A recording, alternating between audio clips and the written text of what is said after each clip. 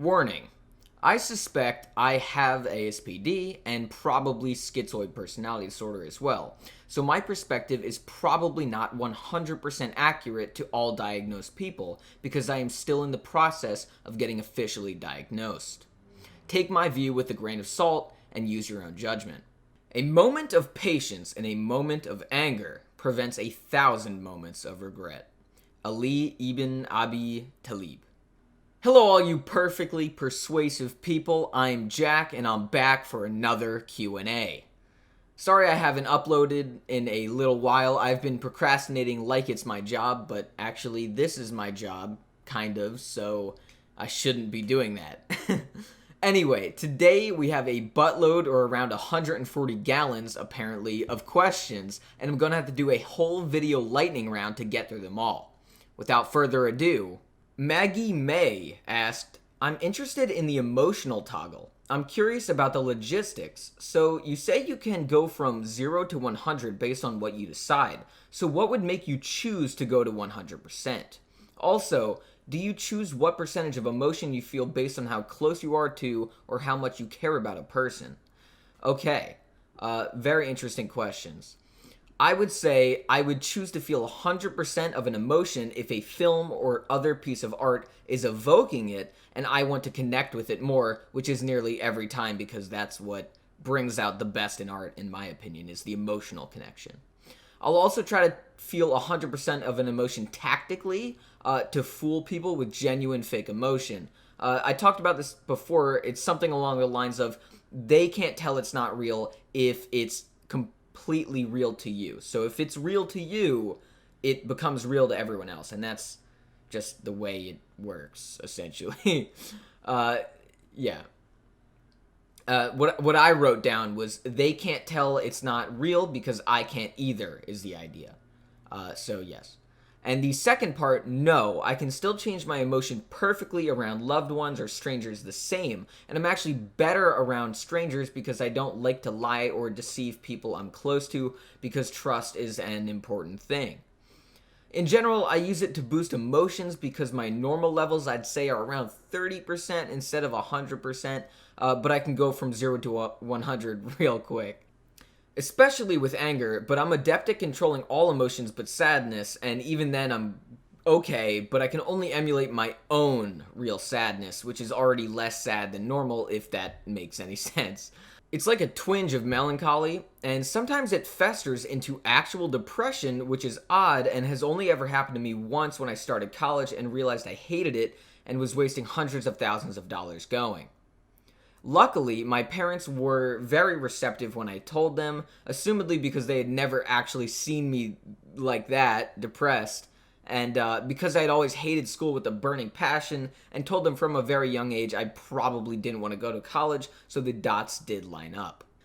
Anyway, I am rambling now. Yes, I can control my emotions around anyone perfectly 99% of the time, and I can hypothetically become depressed and lose all drive and motivation, however, not exactly moment-to-moment happiness. I would still be happy, I just lost the overarching drive to exist, in a sense. Like, I wasn't suicidal, but I just didn't care even more so than I care about little of anything right now. So it was a very interesting spot in my mental state, for sure. I didn't cry myself to sleep every night or anything, just felt more empty inside than usual. I did cry myself to sleep one time in college, and it was to the song Cityscapes by Vern Martz, so if you want to feel, check that song out. I'll link it in the description, I guess. We're good now, though, so no worries. It just ended up going away after I talked it out with my parents and stopped going to college, or stopped not going to class in college because of the depression. But anyway, yes, if you have depression, I'm sorry, but I really can't be of any help. You need to be your own rock and your mind your fortress. Don't shut yourself away from others, unless they're abusive, of course, and find good relationships or activities that make you like waking up in the morning, or at least That's what worked for me. For me, it's gaming, other hobbies, certain drugs, to be honest, and my friends and family. But for you, it can be anything, and of course, those things if they apply to you. Maybe those words help someone somewhere, so I'm glad I said them, including the drugs part, because I didn't say which ones. Figure that one out.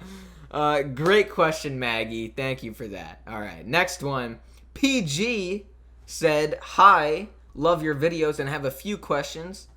Is that an understatement? You have 7 questions, PG. That is not a few. But it's okay. Fuck it. Let's do it. Okay, number 1. Would you be willing to go into more detail about how people around you reacted when you were diagnosed? Okay, well, shit. Well, as much as I'd love to have a definitive answer for this question, I have yet to be fully diagnosed by a psychiatrist. At this time, all that I've done with a medical professional is go to therapy and have my therapist heavily suggest that I may have ASPD. To that news, my parents mostly denied it as a possibility and explained it as just a product of growing up. But eventually, they realized ASPD was a real thing and began to connect the dots. When I do get to see a psychiatrist, which has been tough because of the pandemic, I'll let you know exactly what happens and how my family reacts after I'm officially diagnosed. Also, one of the Discord members who's officially diagnosed with ASPD hinted that I may have comorbid ASPD and schizoid personality disorder, but I lack a few major traits from schizoid, so I'm not really sure, and I'll know more when I talk to my medical professional further, of course. So, thank you for the question, but no definitive answer yet. So, yeah. Number 2. From what you've been saying, it sounds to me like ASPD can be described on a graph, with one axis being high-functioning sociopath, low-functioning sociopath, high-functioning psychopath, low-functioning psychopath, and the other axis being to what degree you have the condition, like mildly or very strongly. Do you agree, and if so, where would you place yourself on that graph? Well, I'm sorry to say, but ASPD can't be easily described with any graph. And the one I made in my video, my first video, was more of a metaphorical graph more so than a measurable one. Also, everyone will claim that they're high functioning because everyone thinks they're smart, so it's sort of an unreliable metric to use within the graph. I'll say this, from my perspective, I'm a middle-of-the-road sociopath. I may be a little high functioning, but truly I believe that I am nothing special. What can be special, however, is how I live with ASPD and how good of a person I can be while also keeping my own interests in mind. It's a really odd balancing act for anyone with ASPD, and I imagine it's varying levels of impactful to their day-to-day lives depending on their general mental state and stability. Regardless of whether you're high functioning or low functioning, sociopath or psychopath, you still have the ultimate ability of self-control. That never changes, but what does is what people do with their lack of empathy and muted emotions. So yeah, that graph is mostly for show, so don't read too much into it. Anyway, speaking of control, PG's next question is 3. You mentioned in one video, to prove that you are being truthful, that you could be willing to kill for money. Would you elaborate on that? Specifically, would you kill someone for any amount of money, like a cent? What would the minimum amount of money you would assign to a human life? In your opinion, is there any value to human life? Wow, a hodgepodge of money-related questions about the value of life, which I am all for. This type of stuff is my shit. So, here, let's answer the first one. How much would I kill for money?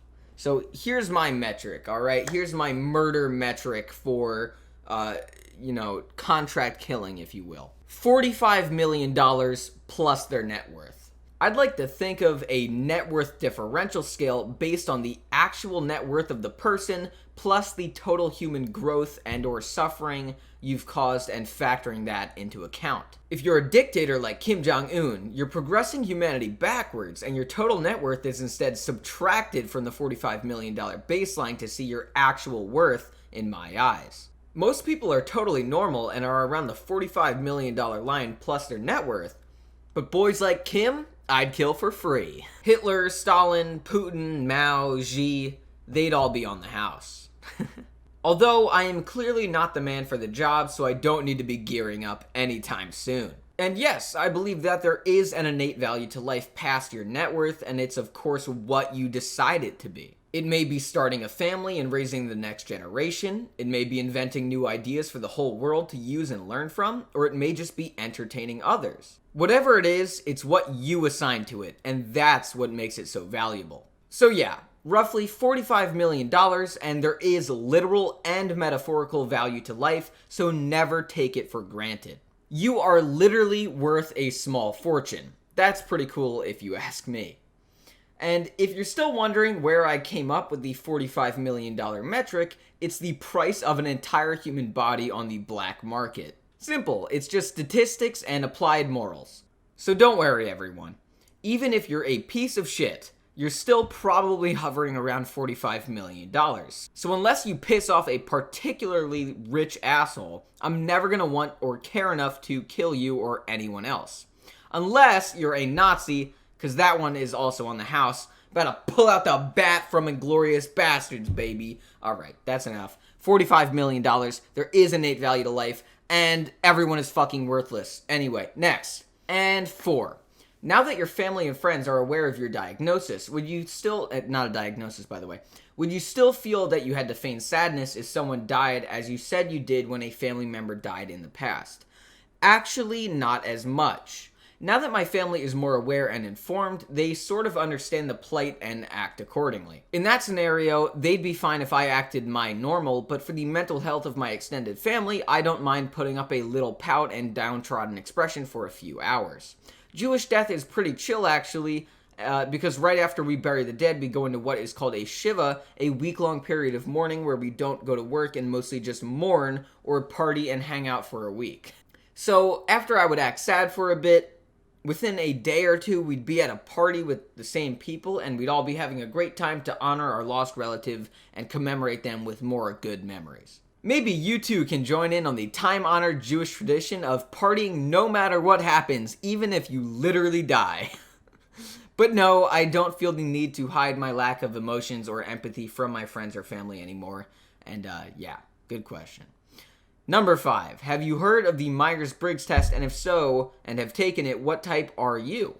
Do you think there's any correlation with ASPD? I find that the Myers-Briggs test is very interesting, and I'm an int PT. Naturally, the logician is my personality, and I'm pretty happy with that definition because due to my lack of emotional decision-making, logic rules my mind at all times. There is never a moment in my thought process where I don't attempt to perceive it from a logical point of view. Anyway, headphones are off right now because it was really hot, and it's just natural for me to always look for the logic in everything, and that's one of the reasons people and their emotive responses to things fascinates me. And no, I don't think the Myers-Briggs test has anything to do with ASPD or personality disorders, and I've heard a lot of conflating ideas about it, so I'm not going to delve into it for my own sanity. Thank you. Next. Number 6. Are you familiar with the dark triad test, and if so, do you identify more with the traits of Machiavellianism or psychopathy as described on the test? I scored a 2 in narcissism, a 2.6 in Machiavellianism, and a 2.3 in psychopathy. Wow, this really sounds like the worst list of RPG traits of all time.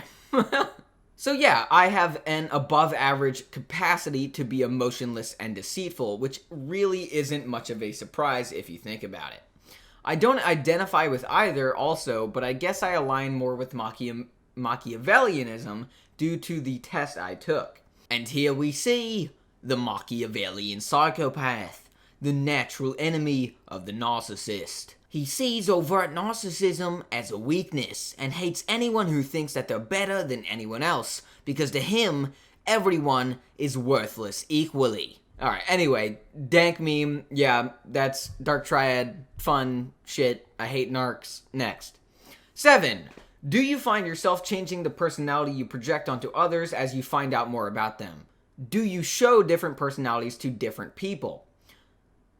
I used to do this thing when I was growing up where I would just stick to the first personality that made the group happy and keep up with it whenever I was around that group.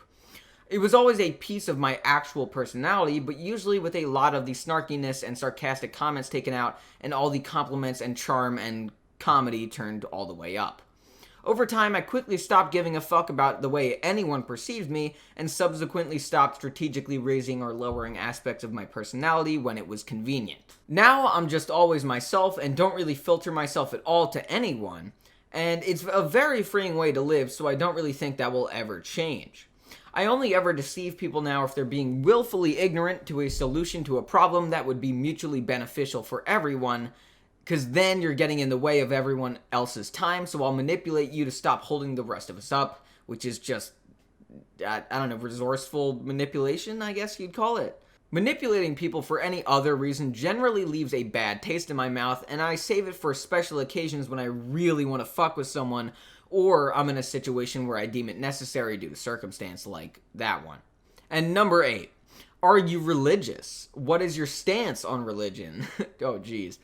Do you think it may be influenced by your ASPD?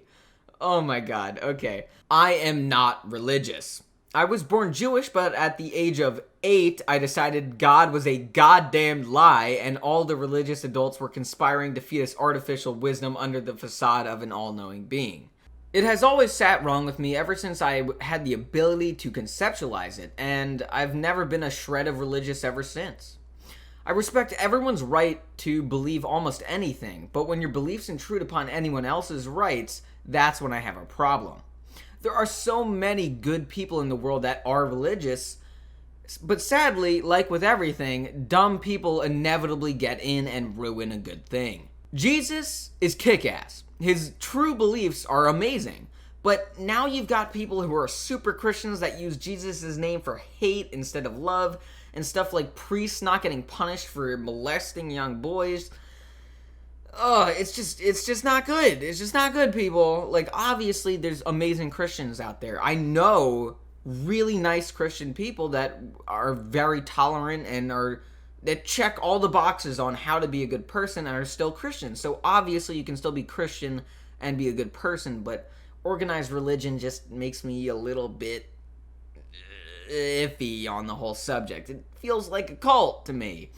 Allah is God, and God is kick-ass, but how the extremist Muslim population treats women and gays is heinous, and not how I believe an omnipotent being would treat its creations. I really love gods and mythology, and I've always been fascinated by them. But if your identity and decision-making is based off of religious scripture, then I think you're missing a few massive pieces to the puzzle of life. Existence is way too short to be worrying about what a potential omnipotent being out there might think. And if they are real, they probably don't give a fuck about us anyway. So just have fun and be kind.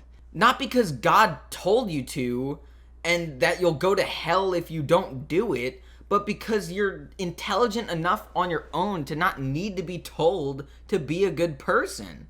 I don't think this belief is influenced by my ASPD, mostly because it's a logical thing and not a lack of emotional thing. So I believe it's a conclusion I came to on my own and not influenced by my PD.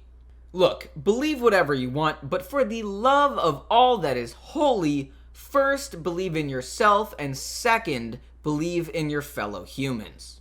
Believing in God is fine, just sometimes it precludes people from also believing in other people, which is a slippery slope.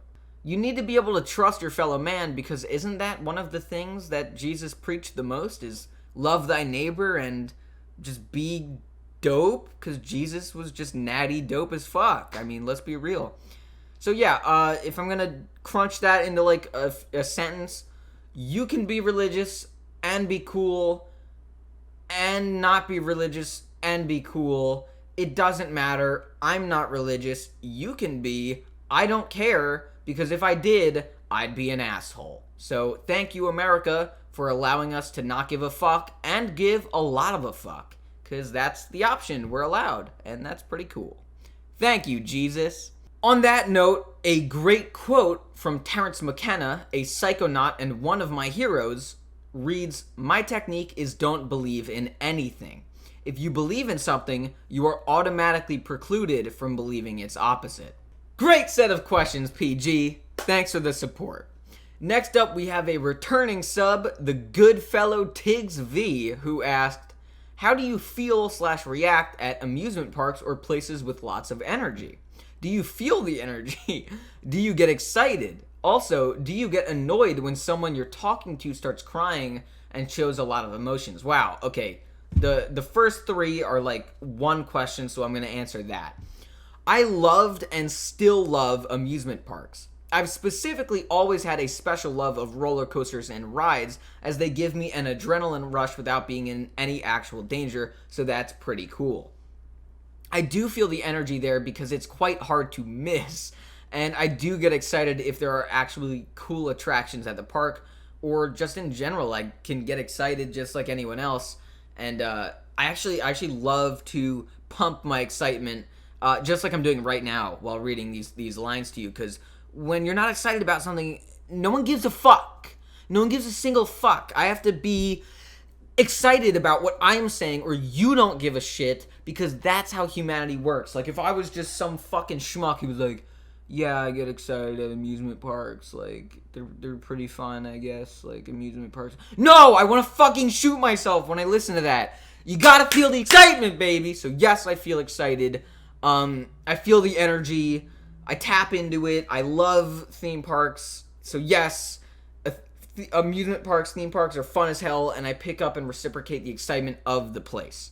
It's almost always for enjoyment that I will allow my emotions to run on overtime, such as at amusement parks or watching movies and the like. So yes, I love exciting shit, and I love amusement parks. On the other hand, for the last question, I do sometimes get annoyed at people if they open up to me and they're crying about what is essentially a non-issue. If they're crying for a good reason, one that makes sense, I'll treat them like the left Gordon Ramsay. But if they're being a little baby bitch and crying about nothing or simply for attention, they get the right Gordon Ramsay. Now you know. It's pretty simple. The more logical their reason for being upset, the more I can empathize with them and comfort them. If you cry to me about dumb shit though, boy do I not give a fuck and actually get pretty annoyed at you. However, I know that my limit for crying is way higher than the average person's, so I try to be a little extra understanding when people do open up in front of me. It's an odd scenario, but I react wildly differently depending on the context of the situation. If you're crying for attention over nothing, though, you won't get any real sympathy from me, I'll tell you that. Also, don't come to me with your problems unless you want solutions, because simply agreeing with you to comfort you makes no sense to me, and all I'll be able to do is pitch ideas and solutions. So yeah, now you know. Thanks for the question, Tiggs V. Love it, man. Next up, we have IMCH, a fantastic returning sub, who asked, have you ever fallen in love? Do you think you will? Huh. Okay, I'm CH. Just gonna bust that one on me. Thanks, buddy. If I'm being honest, I don't know. I really, really don't know. Love is one of the few concepts that I've still yet to fully come to understand in my own opinion. It's such a common and universal feeling, yet I have my doubts if I've ever felt true love at all. It's something that I think keeps me tentative to date anyone seriously, because if I don't reciprocate their love properly, I'd just be putting them in a bad situation. So no, to my knowledge, I've never really loved anyone truly, and I don't know if I ever will. Who knows though, one day I might meet someone that changes my mind on that subject. That'd be cool to know that I could actually feel love. I'll let you know if I think I've ever cracked it. And yeah, hopefully that happens one day. Oh, and extra point on that whole thing. So I do love my friends and family in like the like the friends and family way that you love someone. But the romantic love is, I think, one of the hardest things for me to conceptualize, because I've had like crushes on people when I was like in middle school, but I've never had that feeling once my brain matured, I guess. I've never felt that feeling ever again. So I've had a crush like one time, and that wasn't love. That was like a fleeting sexual interest. So yeah, I don't know. Don't think I can feel love. We'll see. Thanks for the question, CH. Made me a little bit tentative to even consider myself a human being. Thanks for that one. On a similar note, Stein Lala asked, do you control your sexual drive and do you appreciate intimacy? This is a fine question because I really don't get embarrassed about much of anything, so this is fine. I do control my sexual drive, but I don't really need to because my libido isn't that crazy and I really just need to jerk off like once a day to keep my levels balanced out, so it's like not a big deal. I also do appreciate intimacy, and I specifically love the way cuddling feels. There's just something about embracing someone who's soft and warm and nice, and especially when they reflect your same values. There's a real serene peace that comes with cuddling someone who you respect and are attracted to. There's also the thought of, God, I really don't enjoy having to share this twin bed with someone over a whole night. I'm most comfortable with my sleeping space being solo because who doesn't like to fully spread out instead of one arm circulation being cut off for an entire night? I need one of those cuddling pillow johns with the arm thing that doesn't get your circulation cut off. That would help immensely. That would be nice. Also, yes, since we're on the topic, I am sexually active and I do enjoy sex. However, it's certainly not something I find so important as to seek out regularly, and I only ever think about it if someone approaches me with the idea.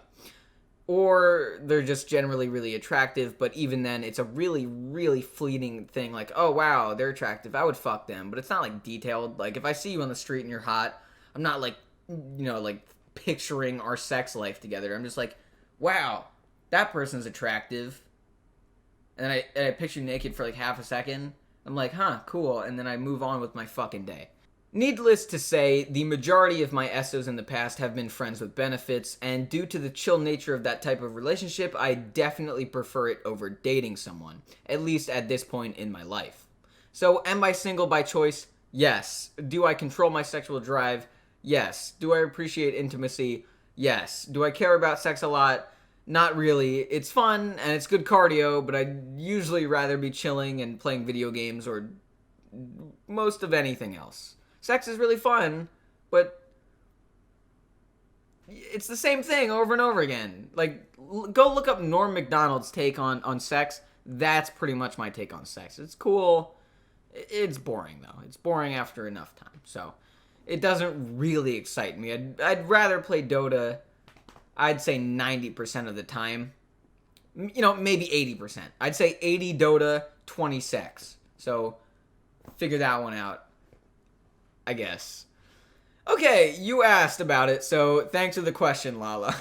Jesus Christ. Next up, Abdi asked, how was your school experience? Oh, fuck. Did you do well grade-wise or not? Yes. Okay, so public school bored the ever-loving shit out of me. When I was in second grade, I was put in the gifted class after taking an IQ test, and we basically got taken out of the least important classes, and we did, like, logic puzzles and, like, certain problems for a whole class period. That part was pretty sweet, but in middle and high school, the same program turned into much more difficult, busy work studies, so I opted out of it to avoid doing way more work than I found necessary. I'm pretty good at problem solving, and my main problem at that age was getting as much time as possible when out of school to be doing what I wanted to do. Naturally, I did all of my homework on the bus and always took the easiest classes I could enroll in. Every topic was pretty easy for me except for higher level math and certain stuff like biochem, so I really never had to study at all. When I was studying, it was stuff like game mechanics and editing techniques on YouTube because I just can't study something deeply unless it truly interests me. In school, that subject for me was history. I could read about history all day, and it still doesn't hold a candle to how engrossed I get in competitive games, so I'll never devote serious time to it. I also hated authority and people telling me what to do, so I just faded into the background of all my classes and interacted with the lesson as little as possible. I also hated taking notes on paper, so I usually would just sit silently watching the lesson and memorize any of the knowledge I may need to know by ear. That technique gave me consistent B's or higher on tests, and my grades usually only dipped once I realized I could stop doing homework at all halfway through my senior year and still pass with a C. Worked like a charm because I passed high school and did the least amount of work I hypothetically could have possibly done. So, yeah, still feel good about that to this day. What I did like about school were the lunches and my friends. Free food is always a great way to get me to do literally anything, and all of my peers and friends being in one place made it really easy to socialize in person, which is my preferred way to converse with anyone. School? Not cool. Friends and free food? Very cool. Okay, I hope that answered that. I think I told you guys that I got into a lot of trouble when I was younger with the principal and stuff like that, but that was mostly for just like literally shitting on my teachers to their face because I respected them just about as much as I respected the priests who molested young children. But let's not get into that. Anyway, on that note, Unknown Side Account asked, can you give any tips on how to handle school with ASPD? My advice would be, don't worry so much. Just get a passing grade and try to have fun. You're only in high school once, so try to have a good time with your friends and do all the dumb shit kids do when they're still kids, because if you bring that crap into adulthood, that's when we have a problem. If you're hunting for a college education, which isn't a bad idea, just match the average acceptance GPA and test score and write a kick-ass story that will get you recognized for being genuine and interesting.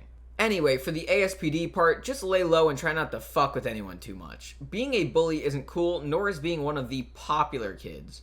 Some of those kids are legitimately cool and are actually fun people to talk to and hang with, but the same thing applies to every social circle.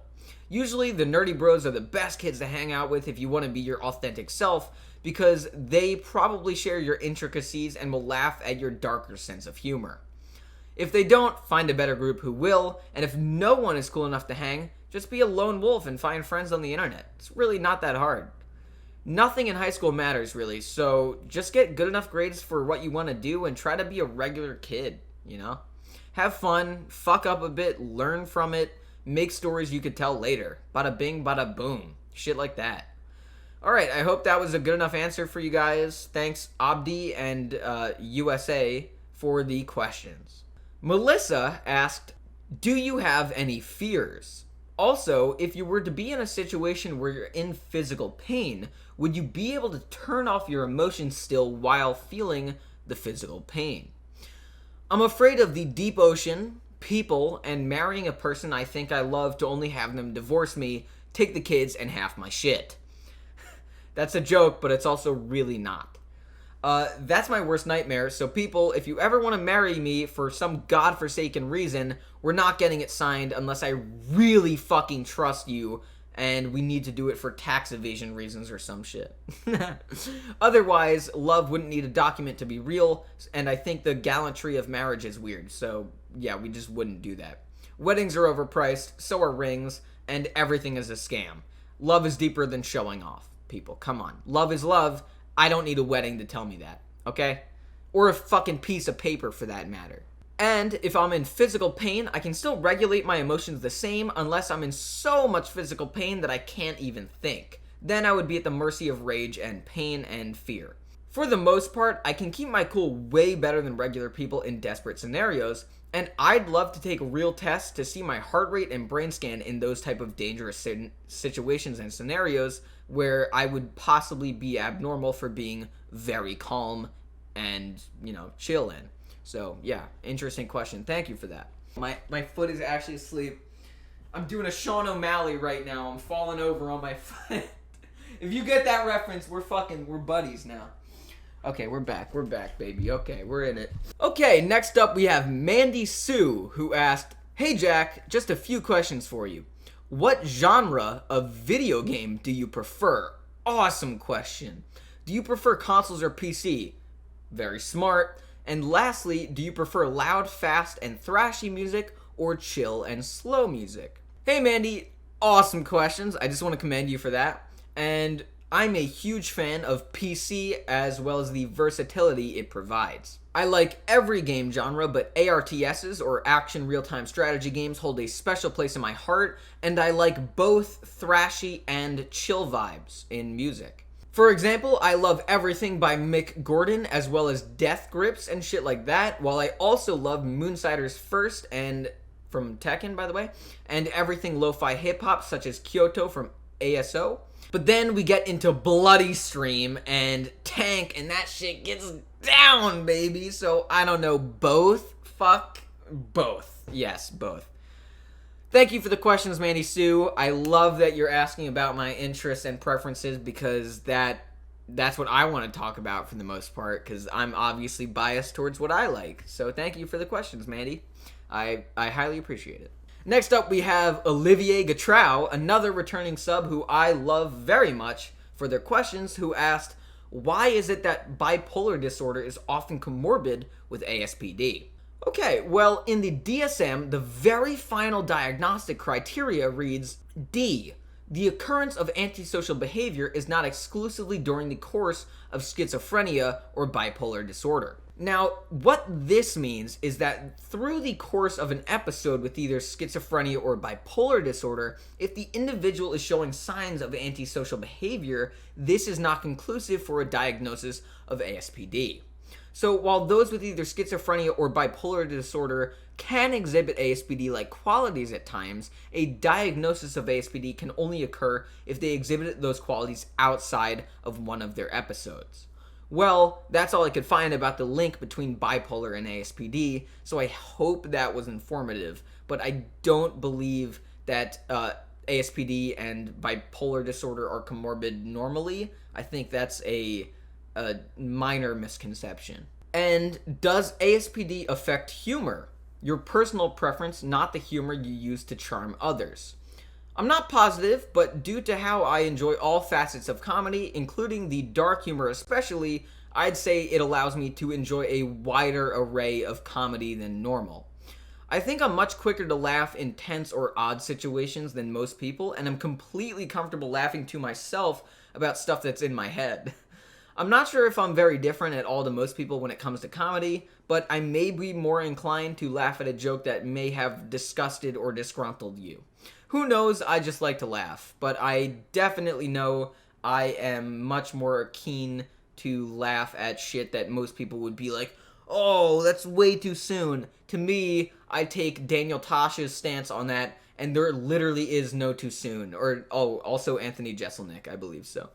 There is no too soon. The joke, the moment I can think of a joke, I'm gonna say the joke, and if it happened on the day of 9/11, I would make a 9/11 joke, okay? That's the type of person I am, and yeah, no one will ever change that. There's no way to change that within me. It's just how my comedy works. So yeah, I love offensive comedy, I love non-offensive comedy, like I love deadpan shit, I love really benign shit as well, just like, I love lingual play, I'll even laugh at your puns unironically, like, fuck me up, hit me with anything, man. I love comedy, I'm a huge fan. So yeah, great question. Thank you for that, Olivier. You're the best, man. Next up, we got Hiccups 4 Days, who asked, do you feel embarrassment? If so, does the dimmer switch you mentioned apply to that emotion as well? Very interesting question. I do feel embarrassment, albeit probably less than normal. The dimmer switch does apply to embarrassment just like anything else, and I rarely become truly embarrassed, so it's not like I even need to consciously dim the emotion that often. Most people would tell me stories of them being in the shower or lying in bed and seeing embarrassing moments of theirs replaying in their head, tormenting them, and I've basically never experienced that except for one time when I had some dumb Freudian slip when talking to a really attractive classmate one time, and even then I only flashed back to it once and then never thought about it again until right now, so yeah, I'd say it's not an issue. I think I just don't care enough about other people's perceptions to worry over how I may have seemed to them in a certain circumstance. The energy to usefulness ratio is low, so I really don't feel embarrassed at all, except in very certainly embarrassing scenarios like being naked in public accidentally or something universal like that. I'm only human, and I too have had that dream where you're in class and you're for some reason naked. So yes, even in my ASPD robot brain, I do feel embarrassment, although probably not nearly as much as normal people. I'm almost positive it's like a 90% less than the average person. Like, even in topics that are highly taboo and or sexual and would make people uncomfortable, I'm just like, whatever. Like, I just don't care. So, yes, I feel embarrassment, and mega yes for the dimmer switch. I think so. Yeah. 2 yeses right in a row. Also, What kind of person ignites your curiosity the most? Wow. I would say people who are generally very eccentric and have a unique way of being or doing things ignite my curiosity the most. I'm fascinated by individuals who are driven by very specific goals and can deeply elaborate on any subject they find interesting. If even they are bored discussing their interests, you bet your ass I don't care either.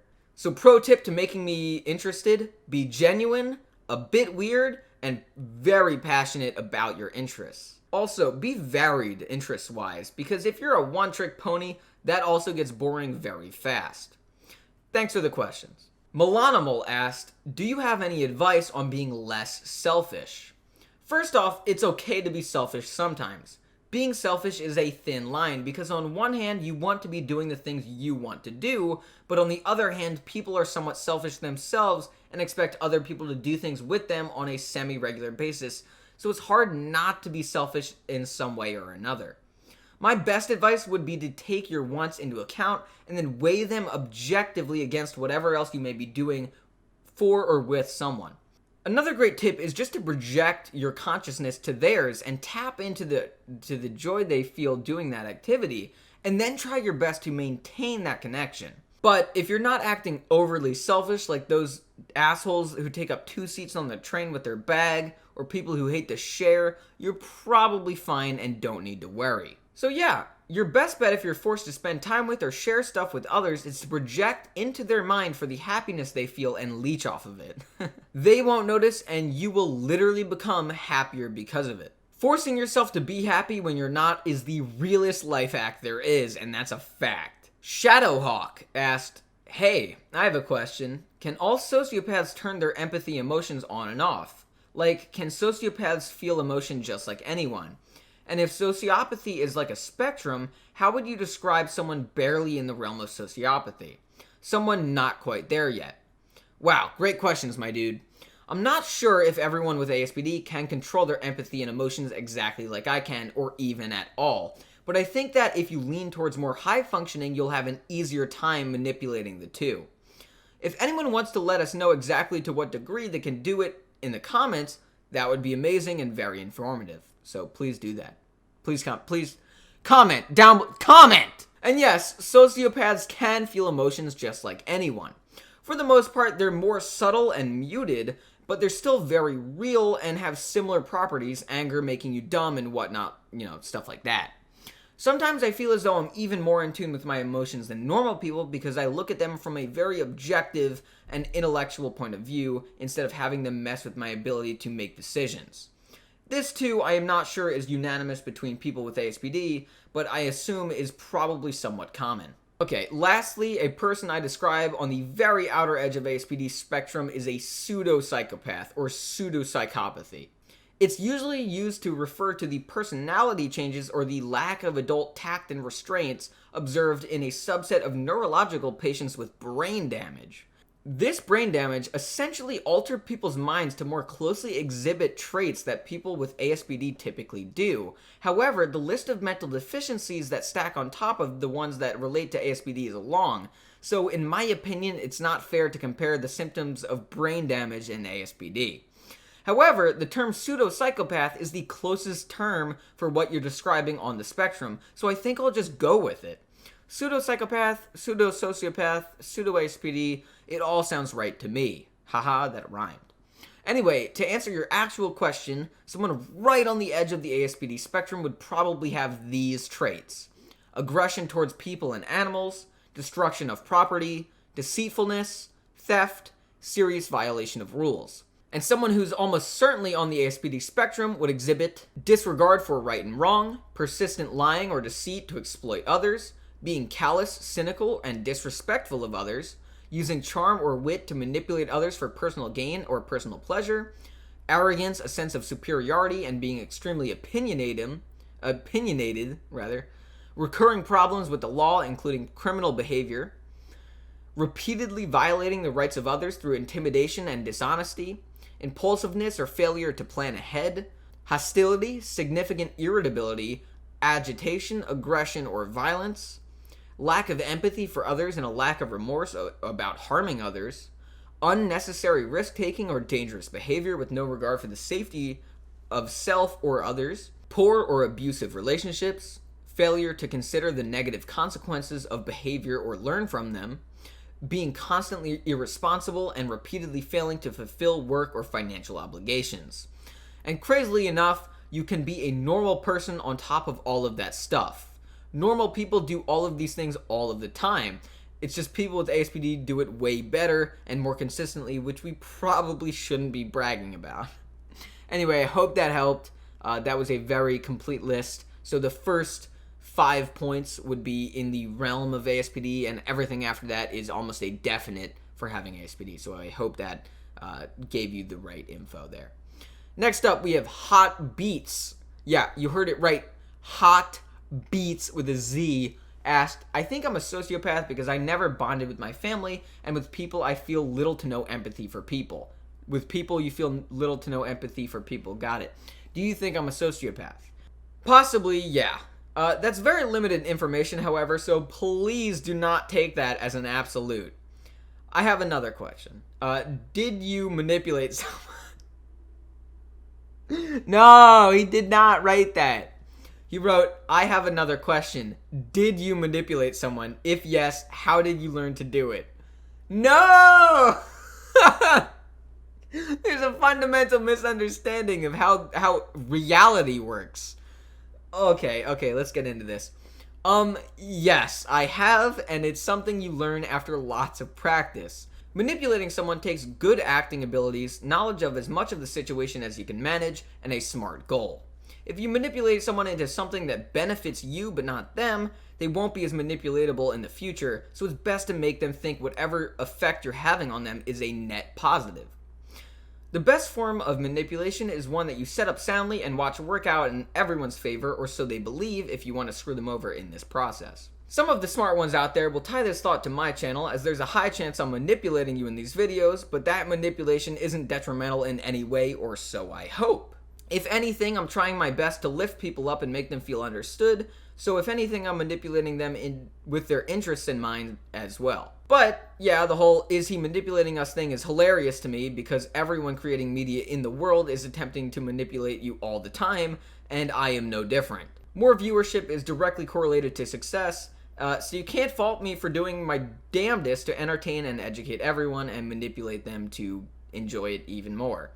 But don't worry, because regardless of how successful I become in the future, I will never let it get in the way of my artistic integrity, because that's one of the few things I actually value in my life. Thanks for the question. Final question!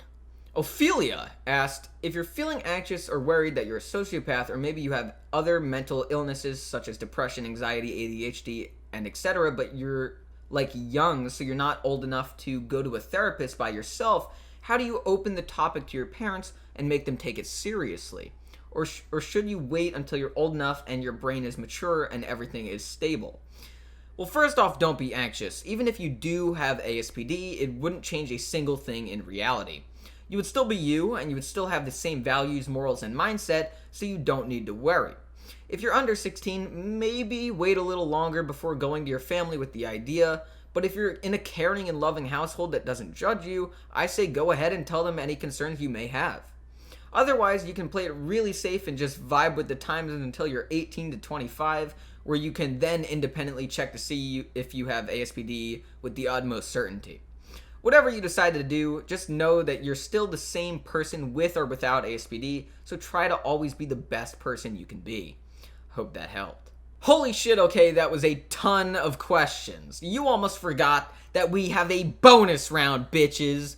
ERBF, begin! Okay, first off, Bookseller Honda-san, or however I say that, is a really good show, and I relate heavily to that spooky, skelly boy, so I highly recommend the show. It's just a really nice, it's like a slice of life anime, so if you like that, go for that. Second, Momentary Bliss by the Gorillaz kicks ass. I love the way it sounds. It's just such a cool vibe to it, and I love everything they do, so definitely check out Momentary Bliss by the Gorillaz.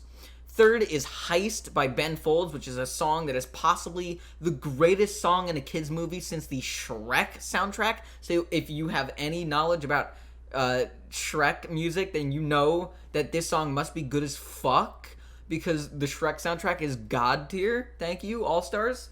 Anyway, so yeah, Heist by Ben Folds from Over the Hedge. Go listen to that. It is way better than it should be. It is so good.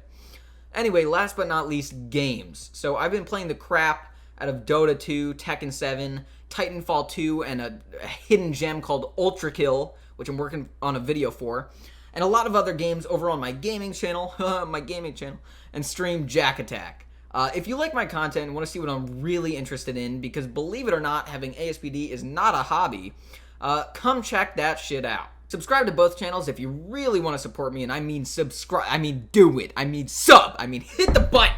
Slam that button, bitches! Oh, and by the way, and if you're a generally cool person, which I'll let you be the judge of, we'd love to have you at the Discord. I seriously don't think I've ever been more proud of an online community, because every single person there is beautiful and I love them dearly, and I am so thankful that they're there, you know?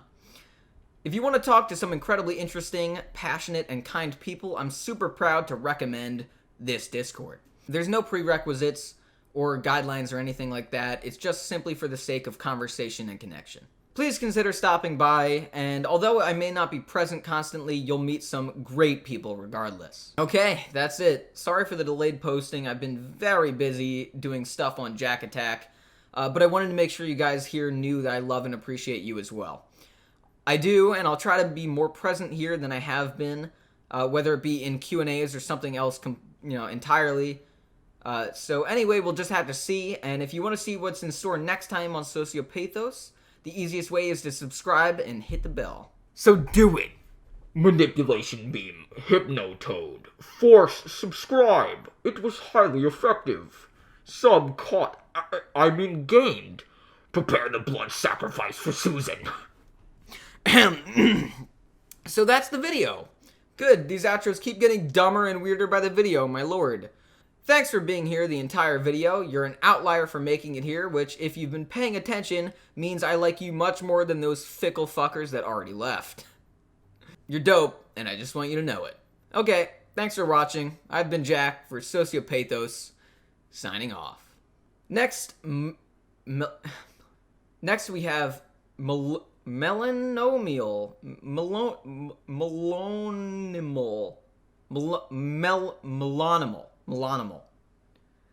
Next up, we have Melanimal, who asked, do you have any advice on being selfish? Or... No. Next up, we have Melanimal. Next up, we have Melanimal.